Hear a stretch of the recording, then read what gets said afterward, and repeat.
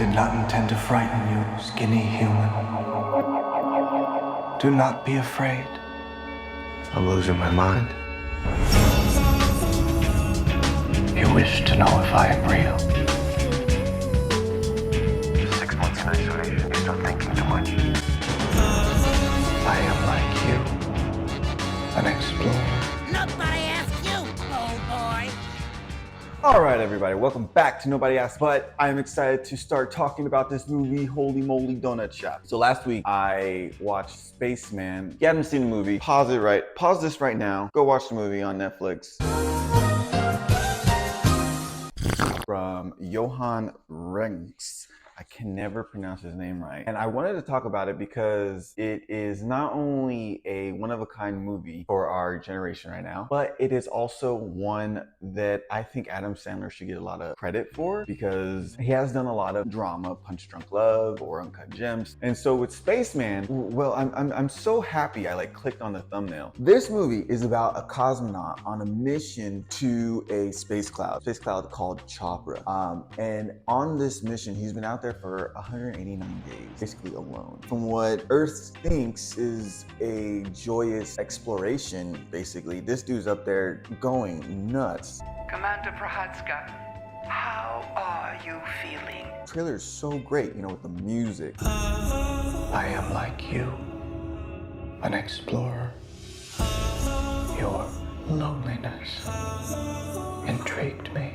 And then you have Paul Dano voicing Hanush. So that intrigued me even more. This guy, Paul Dano, he's been on a win streak also. The story captivated me and it intrigued me because of the possibility of it being more of a psychological film, more of a dive into the meaning of the loneliness. And we also touched a little bit on that with the Lego Batman video. As they draw closer to the cloud, he discovers not only the mysteries of the cloud, but the mysteries within himself. I think it's a great movie, as well as a great story, because it's adapted from the Spaceman of Bohemia, which was written by Jaroslav Kalfar. Man, these names!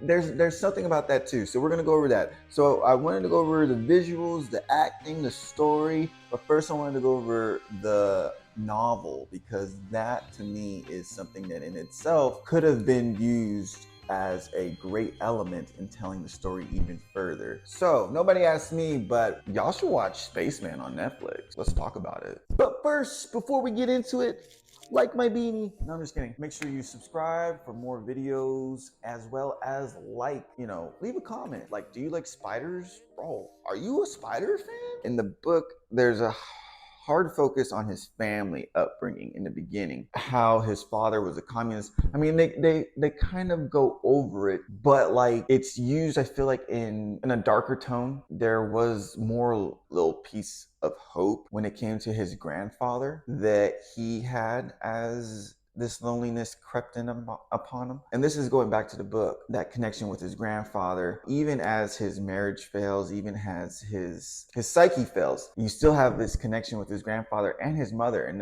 his mother wasn't even brought up in the movie at all too. The opera song was his mother's favorite song in the book. And that had a key to his when he was feeling lonely, he would play the song and it would make him feel happy. You know what I mean? So he wasn't just this skinny human lonely man out there. There was still a shiver of warmness and hope that you would get a glimpse of in the book. And I feel like they don't really show that. It makes you think more about why he went out into space. So all these reasonings from his upbringing, the drowning, his father and mother being murdered, all these reasonings for him to want to leave Earth. Even when he got picked, the animosity to just go away. With his wife, when they were having dinner, they would have cameras, and so that put a barrier between him and his marriage too. And it also gave him another reason to want to leave Earth. So it came down to more of a self-exilement. Nobody asked me, but it seems like he deliberately went up there to get away from Earth, to get away from the history and the problems and all the chaos. And by doing that and trying to find that solace, he actually found his hell. He found his purgatory. And it became kind of like a punishment in a way for him deserting the things that actually, when looked at, brought him joy. And that's where it comes into the movie. And I think they do it so well with the spider. Are you creating these thoughts? No. These are your thoughts. I am simply finding them with you. The thing about the book, I'm gonna be honest, I didn't read all of it. I got up to him getting saved by the Russians. Excuse me.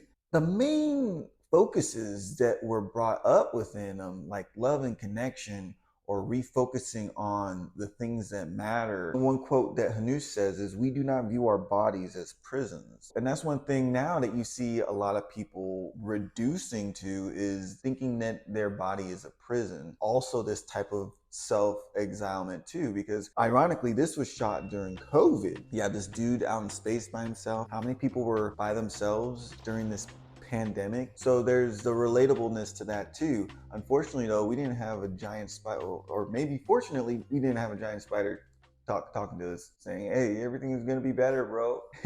Don't worry, be happy. Check out my tentacles." I don't need your help, but you do.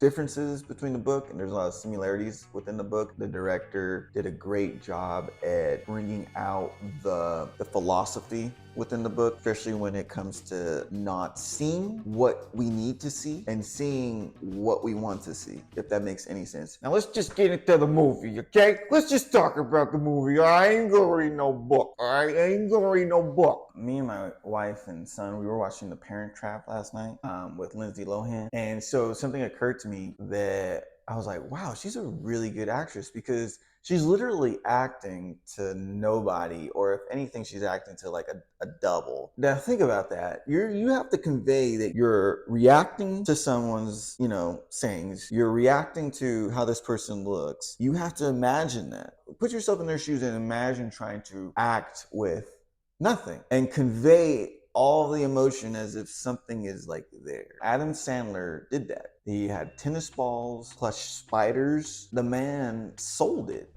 I don't understand. Why commit to a promise if it can readily be broken? What purpose does such a commitment serve? Are you creating these thoughts? No.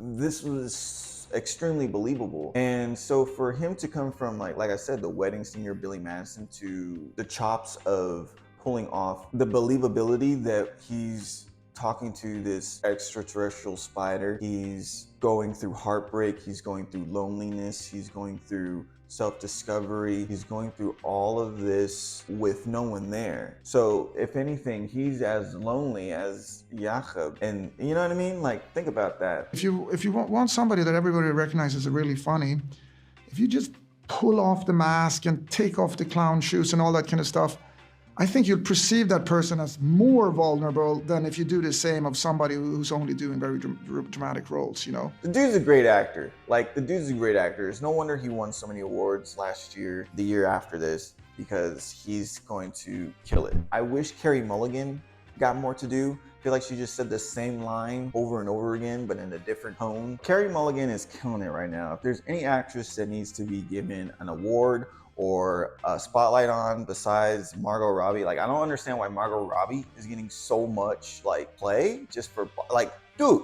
Carey Mulligan, check this out. 2021, she was in Dig. 2020 before that, Promising Young Woman. 2022, She Said. 2023, Saltburn. 2023, Maestro, nominated for an Academy Oscar. She's getting an Oscar, bro. I remember first seeing her in Drive, and she didn't really have that much lines. She just looked really sad throughout the whole movie. But now she's just full-on actress. Her respect for the craft and maturity compared to other actresses who are in the spotlight for wrong reasons. It kind of has this classic cinema actress personality. We need that maturity now in cinema, because now we have chicks in Madam Web, and I'm don't even get me started on that. Paul Dano, goodness gracious me, the man has such a therapeutic voice. It's very wise, and even he said he wanted to come off Socratic. Why commit to a promise if it can readily be broken? What purpose does such a commitment serve? He has been traveling space, so the wisdom is conveyed through his voice. I did not intend to frighten you, skinny human. Do not be afraid. I'm losing my mind. This movie is great, okay? Yeah, man, he was just great. And the physical representation of consciousness. The dude knew what he was doing. I'm not fond of spiders, you know? They're not my favorite, I'll tell you that much. But Carlos Vanton, that's the characters, and I'm pretty sure I got that right.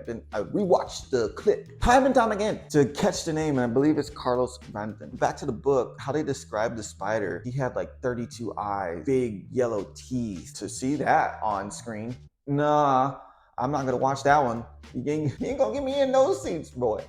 Okay, they definitely toned it down, and they added a lot more alienness to it, as well as they made him very dare I say it, cute, or like easy on the eyes. We've seen giant spiders before, you know, like Sheba, or is it Sheba? Sheba. Sheba from Lord of the Rings, Aragog, Chamber of Secrets, Harry Potter. Those were giant spiders, but bro, I was like Ron, bro. I was like, I'm out. I'm out. But this one was like, hey, okay. For some reason, I can watch this spider. I can listen to this consciousness. I understand what he's trying to do, what it's trying to do. I am like you, an explorer. Your loneliness intrigued me. It's not like what we're used to, these creatures that come from the dark and attack us. This is the other side of the coin. And this being, and I know I'm talking about giant spiders, bro, but I mean, check it out though. It's like you watch it and you feel at ease. He puts you at ease. But at the same time, you are on edge. Like, don't get me wrong. Like when you first see it, it's like you were on edge. I'm not good with spiders. One the size of Hanush probably wouldn't have handled that very well. I just would have screamed, ran, maybe. Like there's a scene where he's like, you know, spoilers, where he tries to gas him and he's looking through like the chamber. Whew! That scene for me like freaks me out, because it's like, dude, if that's real, that freaks me out. But at the same time, it's like, do not be afraid, little human. Skinny human, do not be afraid. I am here to help you. You're kind of with Jakob on this in the sense of like, you're cautious, but at the same time, as you start to look at it, you start to really do see the wisdom. You know, even like the mandibles kind of look like Hulk Hogan. What's the mustache like Hulk Hogan has? You know, like a Fu Manchu. Like it's a wise spider. You start to understand his goals and why he was there. The research that he's doing, they both have missions that they need to do, and they're on a time crunch. When we go through life, we see what we want to see. And there's moments when we miss things. And usually it's always the positive. We always are easily able to just go back onto the negative. And it's the positive that we just allow ourselves to just let go. And so I think, nobody asked me, but I think Hanush's goal, his exploration and Jakob's exploration into the space between his ears, is to remind him how to do that, because his self-exilement went astray. It displayed a side of the hero's journey we rarely see, because usually we always see the hero leave the nest, go off and fight the dragon, and it's a happy ending. But in this case, our hero leaves the nest. He doesn't fight his dragon. He kind of just goes left. I don't think I've ever seen a movie like that, where it's just we find our hero at his lowest point, and there's no getting out of that because he or she doesn't want to. And it takes an outside source. I don't know. Leave it in the comments if there's a movie where we find our hero already at their lowest point. We are shown that even in the deep vacuums of space, the power of emotion can travel between the silence and impact even the wisest of creatures. Nobody asked me, but Spaceman is a fantastic film for this generation by reminding us to not take what we have for granted, hold on to moments and people that impact us. The thoughts in Jakob's head were his, but he allowed them to be lost in his space, in his mind. Hanush helped him remember how important his life truly is. We can make movies that show us something a little more deeper than superheroes. Like, I never thought I'd get superhero fatigue, and now it's just like, bro, I'm so over it. Especially after they fired Henry Cavill. Don't get me started. Go watch Spaceman. It's on Netflix. Give it a thumbs up. Adam Sandler, Carey Mulligan, Paul Dano. Wow, man. Johan Renck. It's a deep film. Be prepared. It's worth it though. If you like science fiction, watch this film. If you are interested in subscribing to my YouTube, hit the subscribe button. If you like this video, hit the like button. Find those happy scenes. Stop focusing on the negative, bro, because what's the point? What's the point? My name is Tarek Bryant. This is Nobody Asked, but I'll see you on the next one. It's Oscar season, so I think I'll do a couple of animations this month to honor the best animations category because there's some good ones in there. So that one's gonna be pretty interesting to see who wins. Yeah, y'all have a good one. I'll see you on the next video. Peace. Nobody asked you, bold boy.